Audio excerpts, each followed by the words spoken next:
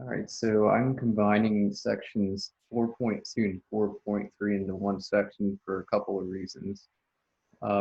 First reason mainly being that the topics from these two sections overlap. And also, since we're already on week 8 of the course, or actually week 9, sorry, of the course, and we only have this week and next week of covering content. Let's see. Yeah, this week and next week covering the content. So I'm condensing section 4.2 and 4.3 into like one section itself. And I won't be able to go through every single example that you see on the worked out examples on Blackboard. But it's important to cover these two sections just mainly on the ideas and concepts sort of tie together with eventually will tie together in the section 4.4 and how it relates to the first section when we did integration. All right, so again, this is going to be 4.2, 4.3 in one section, covering these topics above. And it won't be going over as many examples that you see on Blackboard. When I made those examples, I made those ahead of time. But to save, since we're getting down to the wire here, I wanted to combine this. All right, so this video, I won't be able to cover all of the concepts, but I mainly will go over, and I think this example that I do is going to make sense out of explaining area and Riemann sum. So I'll make this as like a part 1 to the concepts and make a part 2. In the part 2, I'll go where I left off from this video, starting into Riemann sums, and then eventually talk about the definite integral. So I think using this example is probably a good way of explaining the concepts. And for this example, suppose we want to find an area under the curve for f of x equals x squared under the interval, or on the interval 0 to 2. So I drew the graph, so the graph x squared, that's the green parabola. And what we're essentially trying to find is what I shaded in purple or pink or whatever. That's the area that we're trying to find. Now, from geometry, we haven't dealt with finding an area of something of this caliber. This isn't a regular, normal shape. Like, we've only dealt with like circles, squares, triangles, stuff of that nature. This kind of like you have this curve and it looks like that. So we haven't ever learned how you find an area of something like this.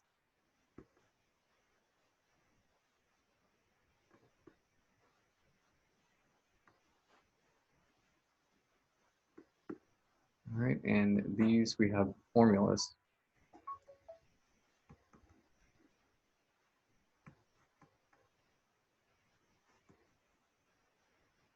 All right, so that's our goal, is to find this area of this purple region. That's the area that's shaded underneath the green curve, y equals x squared, going from 0 to 2. And an approach to do this is to use stuff that we already know. And we already know how to find an area of a rectangle.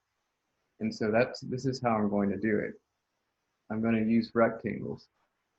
And we know the area of a rectangle is the base times the height, or length times width. It's just 2 dimensions, 1 dimension times the other. And I'll approximate the area. So we can approximate the area using 2 rectangles. Well, if I have to do 2 rectangles, I'm going to subdivide the interval 0 to 2 into two sub-intervals. And they're going to be the same length for each interval. 0 to 1, that has a length of 1. 1 to 2, that has a length of 1. And there's 2 ways I could, there's multiple ways I can do it to form my rectangles. I'll demonstrate 2 ways. I could use the right endpoints of each subinterval to get the height of the rectangle, or I can use the left endpoint. So first, what I drew here are the 2 rectangles. They're in yellow, and where you see these red dots, these are using the right endpoints of the subintervals 0 to 1 and 1 to 2. So you have this first dot that is using 1, and I plug 1 into x squared, and you get 1. So that's the y coordinate of the point is 1. And that's what I use for the height of that first rectangle. So the height is 1, and then the base is also 1 because I'm going from 0 to 1. The second rectangle, I used 1 to 2 as my subinterval, and I use the right endpoint as 2. So you plug 2 into x squared, you get 4. So that's what this dot is and you have f of 2 equal to 4. So I use that y coordinate to be the height of the second rectangle. So the height of the second rectangle is 4. All right, and then I can approximate the area by adding the two rectangles together. I'll make a comment that no, you have this regions that are above our curve. Right, and we're essentially overshooting the area. Right, the area of this purple curve is going to be less than the area of these two rectangles when I'm using the right endpoints. And these two rectangles, in other words, are going to overshoot the approximation for the area. But I'll still find the area anyways. So I figured I'd go ahead and make note of that. So I said, notice we're overshooting the area using right endpoints. Now the approximate area using these two rectangles, we know area of a rectangle is base times height. So I have B1, H1 for the first rectangle, B2, H2 for the second one. We know the base are both the same because we chose it so that it's equal lengths for the subintervals. And the length of the subinterval is 1. This corresponds to the base of each rectangle. All right, so that's why I have 1 and 1, and I try to color coordinate that. And then the height was 1 for the first rectangle, and the height was 4 for the second rectangle. So you add those together, and you get 5. All right, so the approximate area using these two rectangles is 5. And that's using the right endpoints. Now, I'm going to do the same thing, but see what happens when I use the left endpoints. All right, so this is what the graph or what its picture looks like. I have my two rectangles. Now notice the first rectangle is basically just a line segment. There's no height because if I use the left endpoint of the first interval 0 to 1, the left endpoint is 0. So its y coordinate is 0. So that's where this dot is. So that's why it's just this line segment. So the height is 0 for the first rectangle. The base is the same for both of them as before, 1 and 1. And then for the second rectangle, if I use the left endpoint, that's using 1. I'm plugging 1 into x squared is 1. So that height of that second rectangle is 1. And notice that the rectangles are underneath the green curve, and they don't capture all of the purple region. In other words, they undershoot the area.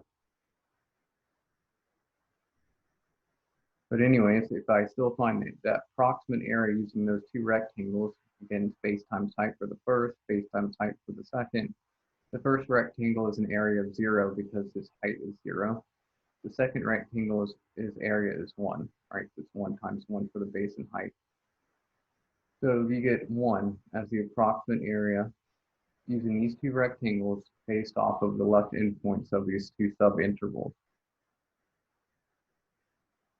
And so the main points were the approximate area using the right endpoints gave us an area of 5, and that was overshooting the area.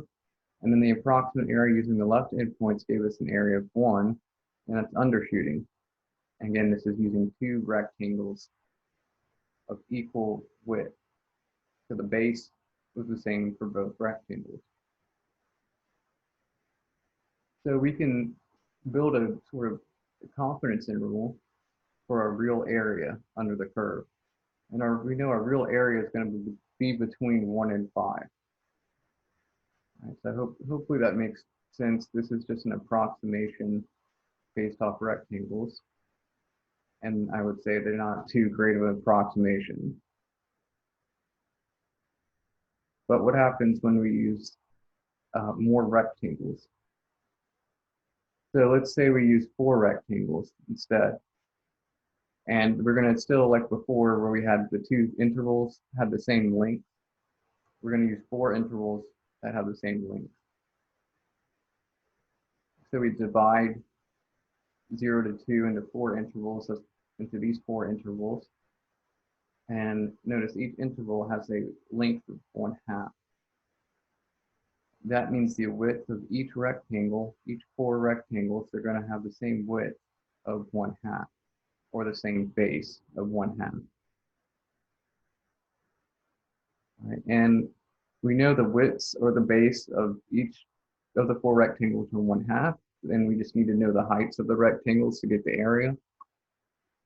And like before, when I did the right endpoints, you get the heights of the rectangles by plugging in the right endpoints of the intervals into the function. So like for this one, first rectangle, I did f of 1 equals 1, because it's 1 squared. The second rectangle, the right endpoint is 2, and do f of 2, which is going to be 4, so that's 2 squared. So using that logic, when we use the right endpoints and left endpoints, this is what we get. And I labeled H1, H2, H3, and H4 for the 4 rectangles' heights. And you have the right endpoints on the left in green, and the left endpoints in the right side in purple. So our subintervals 0 to 1/2, 1/2 to 1, and so forth. The right endpoints is 1/2, then 1, 3 halves, and 2. So plugging each one of those into the function, that's what these values are. So for instance, plugging 1/2 in, that's 1/2 squared, which is 1/4.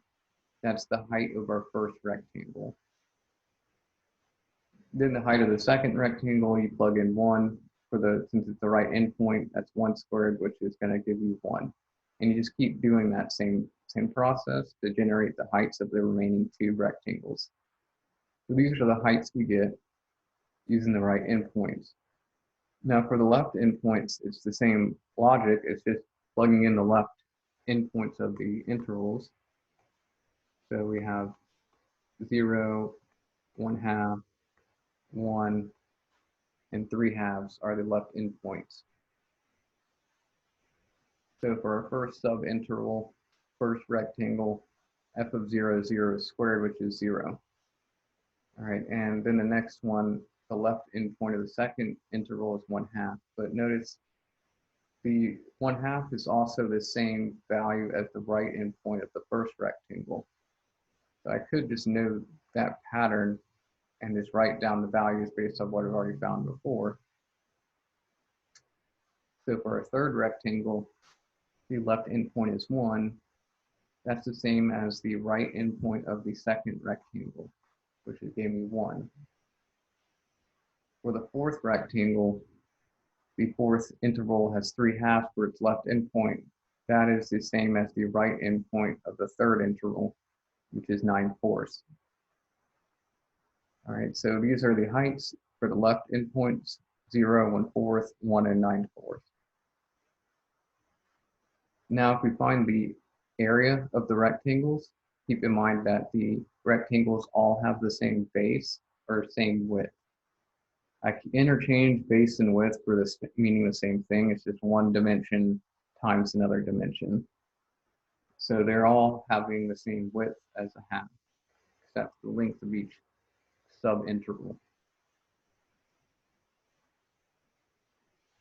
So right here, I wrote area using the right endpoint. So I did A equal to A1 plus A2 plus A3 plus A4, so the 4 areas. And then I have B1, H1, and so forth, B4, H4 for the 4 rectangles. Well, we know the D's, the bases, or the lengths are all the same. They're 1/2. So it just put a half in for B1, a half in for B2, one half in for B3, and one half in for B4. And then I just wrote down, well, what was the heights that I found for H1, H2, H3, and H4. That was these 1/4, 1, 9/4, and 4. All right, so that's what these plugged into. Now notice, since they all share 1/2 as a common value, I just went ahead and factored out 1/2. So just for calculations for myself, it just seems easier to do that. I factor out a half. That just gives me the heights that I'm adding together. So 1/4 plus 1 plus 9/4 plus 4, which gives me 15 halves. And then I multiply that by the 1/2 to get 15/4. Now this is 3.75. All right, this is using the right endpoints. We used 4 rectangles. In the previous one, I used 2 rectangles. And when I used the right endpoints, I overshot the area. It's the same thing. I'm still overshooting the area, but this time I get 3.75, which is a lot, not a lot, but reasonably smaller than using 2 rectangles where I got 5 for the area. All right, so this is doing the left endpoints, same kind of logic.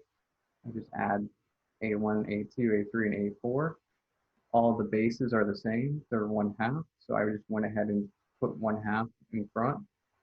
And I add the heights when you factor out the base values. And the heights correspond to up here. We had 0, 1/4, 1, and 9/4.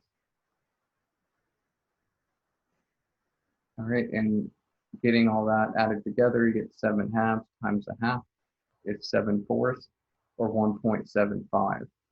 And just like before, where we used 2 rectangles with the left endpoints, we're undershooting the area. We're still undershooting the area again with the left endpoints here, but we get a more, I guess, accurate value. So now we can bound the real area between 1.75 and 3.75. So this is a better approximation, because we were able to narrow the interval. Because when we use 2 rectangles,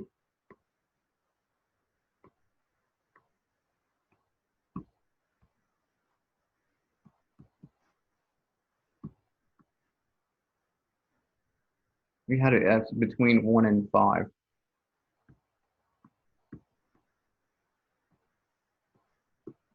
Now we've narrowed it down to more specific values, getting closer. It's going to 1.75 to 3.75. So the point is we get a better approximation using more rectangles. And the more rectangles you use, the better the approximation is going to be to being the real area.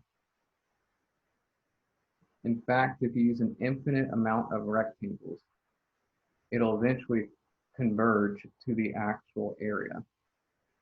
And here we're dealing with infinite, and anytime you're thinking about an infinite amount, we're dealing sort of with a limit. All right, so this fact that if we use an infinite amount of rectangles to approximate the area, it actually turns into be the actual area. So eventually this purple region will you'll be able to find that using an infinite amount of rectangles. And that can be expressed as this formula, or this limit. And it says LIM, so it's the limit as n goes to infinity. And then we have this symbol, is sigma symbol, which I'll talk more about in the next video. I mean, taking this sum, and it has on the bottom part I equals 1, and on the top part of that symbol it's n. So we're adding up n amount of rectangles from 1 to n, but n goes to infinity. Now the f of ci and the triangle symbol x, that's, triangle symbol x means I call it delta x.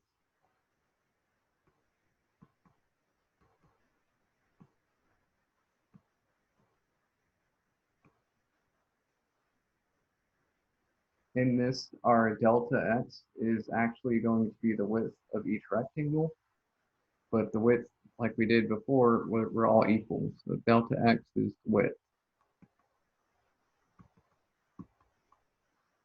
And then the f of ci thing, that's going to be the height of each rectangle.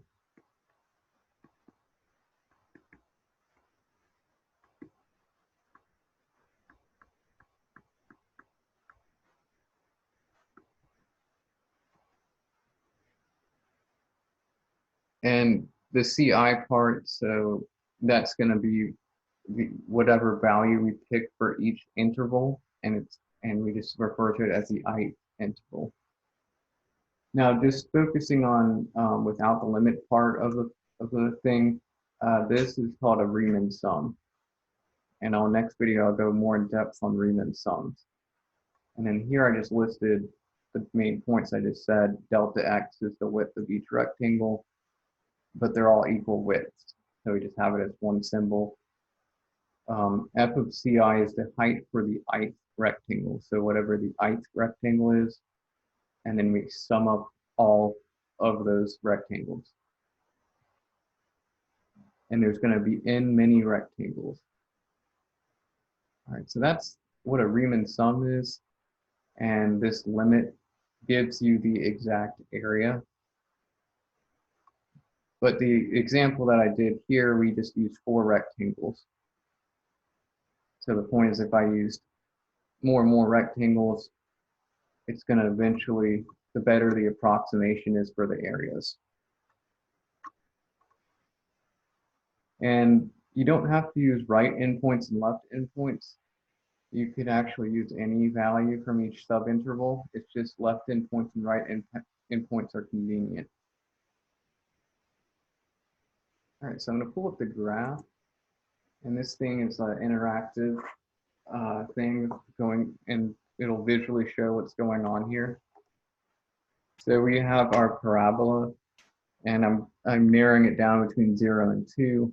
Here I have 2 rectangles, and I'm using the right endpoints. And using the right endpoints, we got this green area is 5. And notice it's overshooting the actual area. Now, if I did the left endpoints, so I could change the settings here.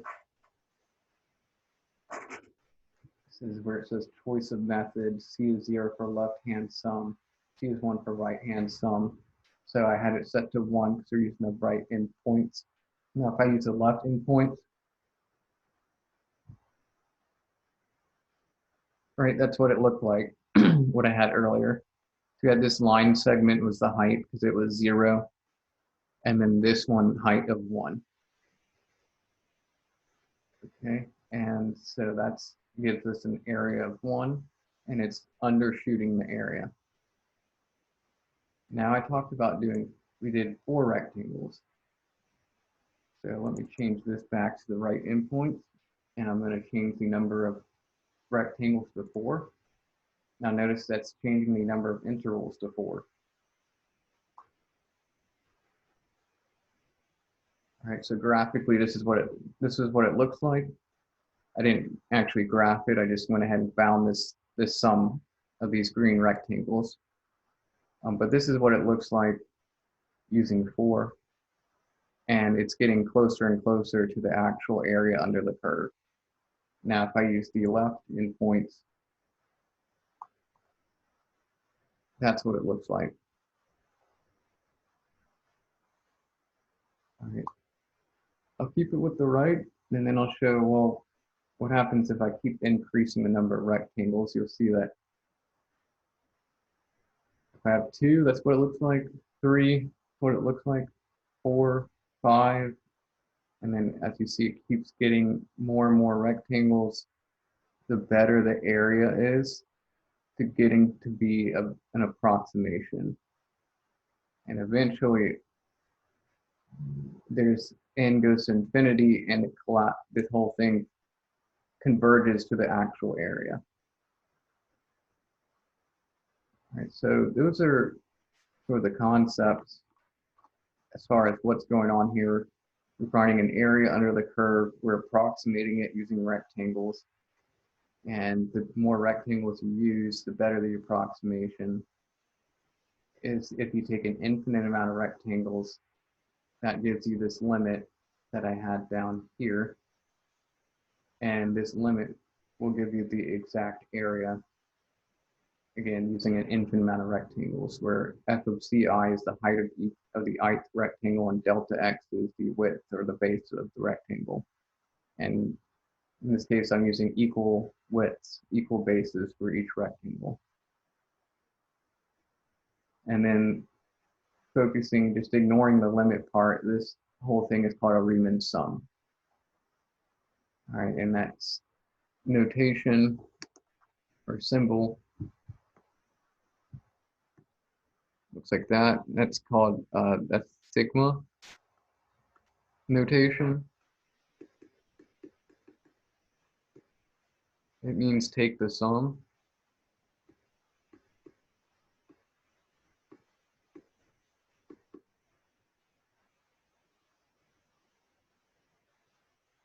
And you usually go from a starting point to an ending point, and when it has I equals 1, that's your starting point, and then n is where you end at for the sum. All right, so we're starting with first rectangle up to n amount of rectangles, and taking the sum of f of ci times delta x, which is the area of each rectangle. All right, so that's the main points for this video. The next video, I'm going to start out with the Riemann sum and go over how to find Riemann sums.